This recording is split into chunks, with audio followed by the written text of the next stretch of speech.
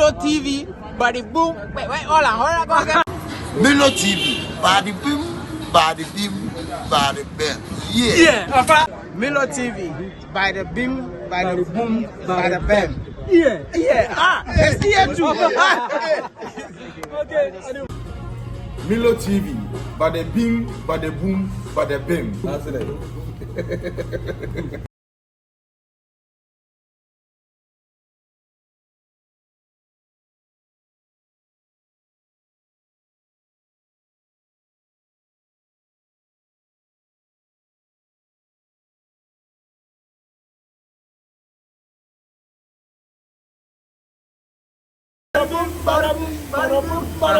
Milo TV.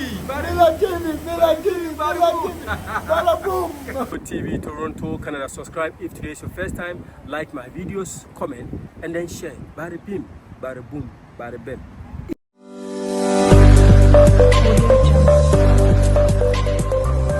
Milo TV GH Toronto, Canada. Bada bin, bada boom, bada bim. Ear. Alright, so people, Toronto, Canada, this is Milo TV.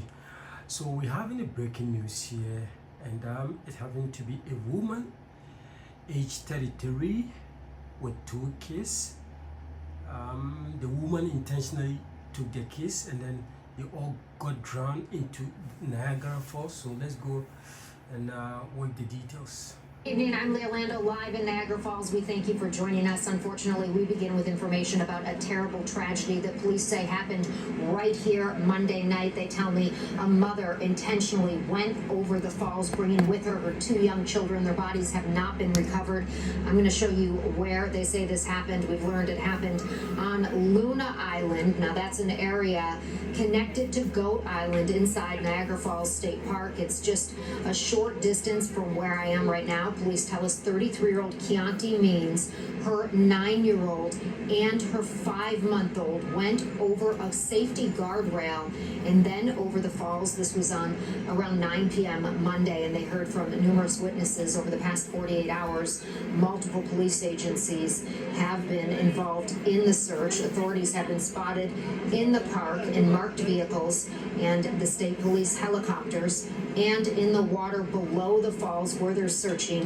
As of tonight, we're told the bodies have not been recovered. And while this tragedy remains under investigation, state police telling me that they have yet to uncover a possible explanation. Everyone always says, is there a red flag or was there a warning, right? We don't see that here. We don't see that warning or that red flag or that indicator that would assume that things have taken a very, long-term turn for the worst. So either something happened suddenly, or that's the spotty area that we're not quite sure right now. The best we can do for the families is to, down the road, recover the bodies if we can, and at least have that closure for the family. The why is going to be a very difficult question for us to ask. It's still early on in the investigation, and Trooper O'Callahan says that the children have different fathers. They tell me both men are cooperating with authorities and have been helpful in the investigation. Everyone in the family that we've contacted, even the fathers of the children, have been very cooperative. They've been very forward with us with all information, and actually because of that, we're able to kind of speed this up quite a bit on our investigative end. He says officers are interviewing witnesses who were here the night this happened. That was Monday night around 9 p.m. They heard from several people. There are also several cameras around the park here. They're looking at that as well in the investigation. And back here live, you're looking at a live picture of where police say that this happened.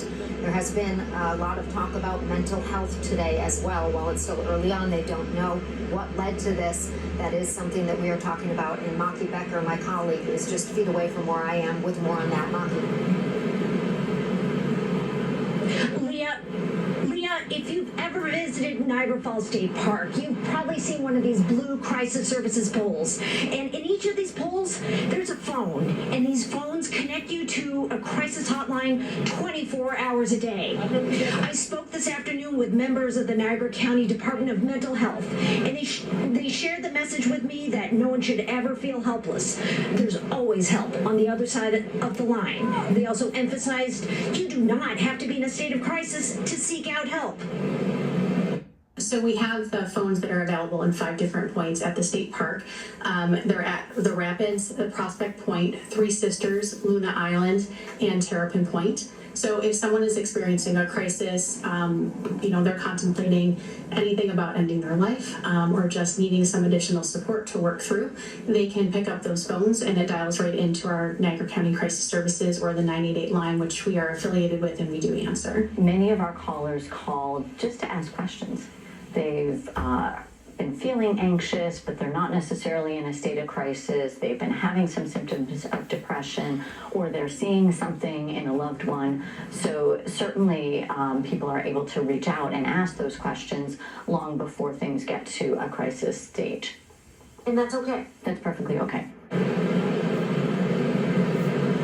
So Laura Kellerman tells me that the hotline gets about 2,000 phone calls every month, and most of those are for people who just need some help.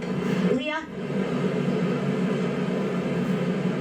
Yeah, police here also telling me that they respond to multiple calls about mental health issues as well, and we want to share some important resources for you.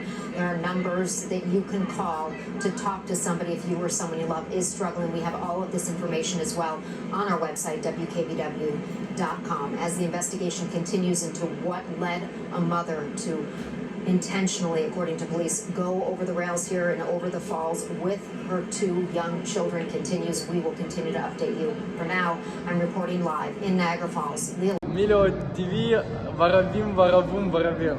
Yeah.